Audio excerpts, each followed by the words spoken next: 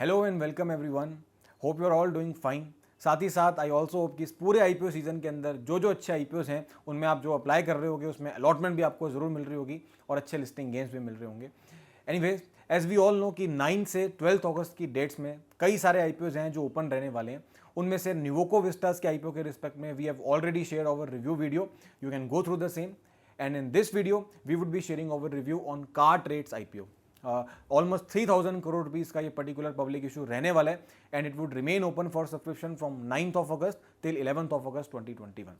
तो अब इस IPO से जुड़े, इस कंपनी से जुड़े सारे रेलिवेंट एस्पेक्ट्स के ऊपर डिटेल में डिस्कशन करते हैं इस वीडियो में और फिर फाइनली कंक्लूड करते हैं that whether it is a worth applying IPO और नॉट। So let us straight away start with our discussion. Company के बैकग्राउंड और उसके बिजनेस मॉडल से स्टार्ट करते हैं। सबसे पहले the complete name of this company is Cartrade Tech Limited. In the year 2000 this company was incorporated and ये company basically एक प्लेटफॉर्म प्रोवाइड करती है so that car buyers and sellers can trade with each other.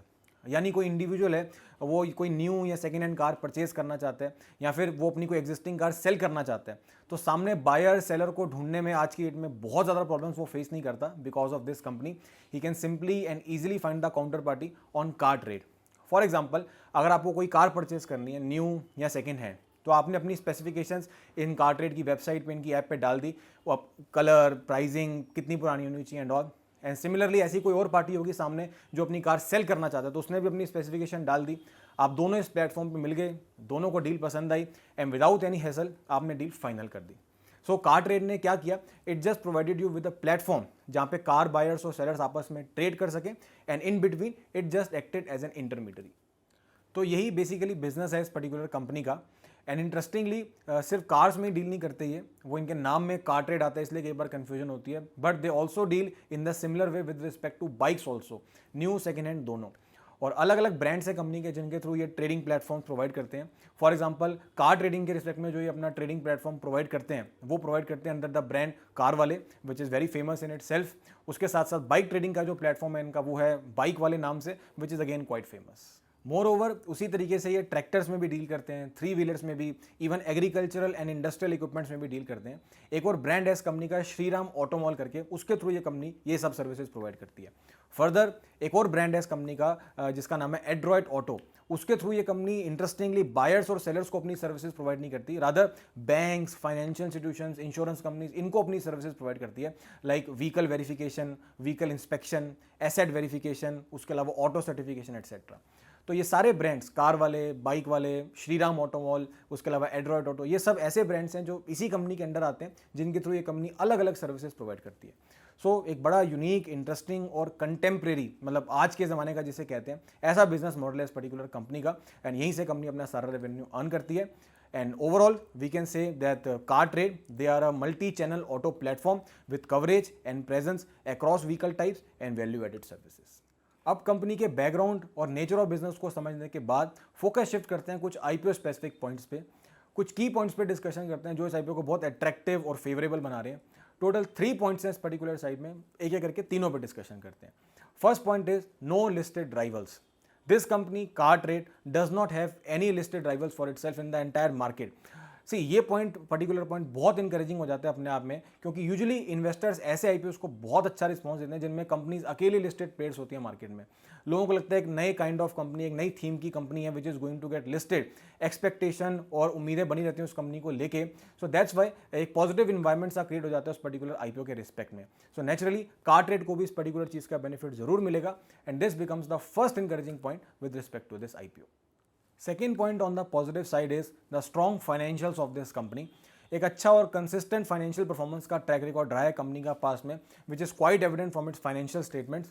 For instance, for the financial year 18-19 this company reported profits after tax of रफली 26 crore rupees, which further increased to 31 crore rupees approximately in the next year and further बहुत ज़्यादा sharply increase हुए roughly 101 crore rupees के in the next year, that is financial year 2021। Even cash flows भी company के ऐसे ही हैं, बहुत encouraging numbers वहाँ पे भी हैं कंपनी के। बैलेंस शीट बहुत स्ट्रॉन्ग है, एसेट लाइट मॉडल पे कंपनी काम करती है and in fact it is a completely debt free company. So all these things are increasing the confidence further higher and this also becomes a key positive point with respect to this IPO. Third and last point on the positive side is the very attractive business model of this company. जैसा हमने पहले भी discuss किया कि ये company एक ऐसे business model में काम करती है which is actually the need of the hour. एकदम लेटेस्ट और मॉडर्न एरा का बिजनेस स्ट्रक्चर है कंपनी का। People actually want flexibility and efficiency while selling and buying their cars and bikes, and वो they don't want to wait unnecessarily, और ये company एक perfect platform provide करती है उन्हें to find the right deal in a very short time. So ऐसे businesses clearly demand में रहेंगे आने वाले टाइम में भी। प्लस ये कंपनी के जो ब्रांड्स भी हैं वो भी अच्छे और नोन है, जो ये ऑपरेट करती हैं। So that is also plus point for this IPO. And overall ये थे वो तीनों के तीनों encouraging points with respect to this IPO which are making it very lucrative and positive.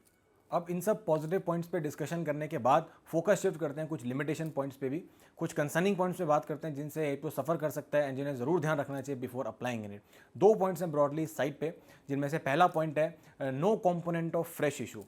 Actually Cartrade के इस टोटल आईपीओ की अगर हम बात करें तो इसका इशू साइज बनता है 2998 करोड़ रुपीज़ का, यानी अप्रॉक्सीमेटली हम कह सकते हैं 3000 करोड़ रुपीज़ का इशू साइज है।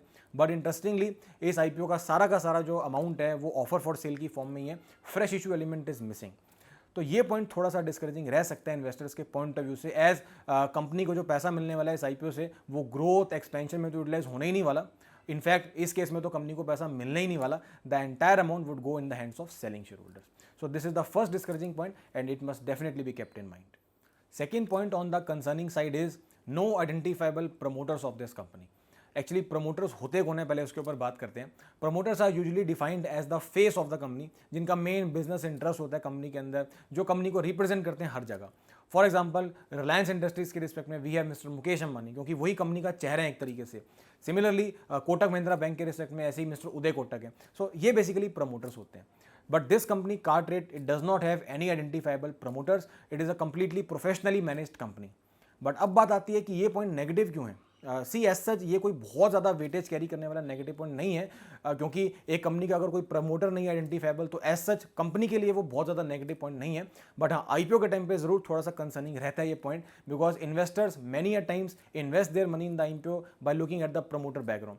उनका ट्रैक रिकॉर्ड, उनका बिजनेस एक्सपीरियंस अच्छा है तो वो उसी को बेस बना के अपनी इन्वेस्टमेंट करते हैं। सो हल्का सा ही सही बट थोड़ा सा इंपैक्ट डालने वाला ये पॉइंट जरूर रह सकता है इस पर्टिकुलर आईपीओ के लिए कि इस कंपनी का कोई आइडेंटिफाइबल प्रमोटर नहीं है। सो अकॉर्डिंगली ये थे वो दोनों concerning points in respect of this IPO which are making it a bit concerning. And now finally on a concluding note, after going through all these factors and after analysing evaluating all these points in detail, अब हम finally conclude करें कि how is this particular IPO looking and इसमें apply करना चाहिए या नहीं। सो सारे फैक्टर्स को ध्यान में रखने के बाद unquestionably it becomes N IPO worth applying. Not just worth applying, अगर हम अच्छे और स्मार्ट लिस्टिंग गेन्स भी आईपीओ से एक्सपेक्ट करें तो गलत नहीं होगा। रीज़न सिंपल है, अकेली लिस्टेड कंपनी होगी इस सेक्टर की, फाइनेंशियल स्ट्रॉन्ग है, डेट फ्री कंपनी है, बिजनेस मॉडल अट्रैक्टिव है, यूनिक है, प्लस उसके अलावा जो लिमिटेशन फैक्टर्स भी हमने डिस्कस करे थे वो भी कोई बहुत ज़्यादा हैवीली वेटेड नहीं है। सो ये सारी चीज़ें इस आईपीओ को एक अच्छा और डिसेंट आईपीओ बना रही है, and with expectation of handsome and smart listing gains from it we can think of applying in it. Even valuations की बात करें तो वो भी ठीक है। प्राइस बैंड जो कंपनी की मैनेजमेंट ने फिक्स करा है वो है 1585 to 1618 रुपीज़। ऑल्दो कोई लिस्टेड प्लेयर नहीं है इस कंपनी का, तो वैल्यूएशंस को एनालाइज करना थोड़ा सा क्रिटिकल जरूर हो जाता है, but still on the face of it valuations भी फेयर हैं। वी कैन नॉट से कि बहुत ज़्यादा ओवर प्राइस्ड है। सो एक आईपीओ अच्छा बनता है on a whole note. And अब बात आती है कि चारों आईपीओ जो ये ओपन होने वाले हैं ऑन द सेम डेट, यानी कि 9 से 12 अगस्त के बीच में, उनमें ये पर्टिकुलर आईपीओ कार्ट्रेड कहाँ स्टैंड करता है। तो अभी तक के पॉइंट ऑफ व्यू से CarTrade is on the top of the priority list अभी तक के पॉइंट ऑफ व्यू से। रीजन इज सिंपल, वही सारे पॉइंट जो हमने डिस्कस करे कि अट्रैक्टिव बिजनेस मॉडल है, कोई लिस्टेड राइवल नहीं है।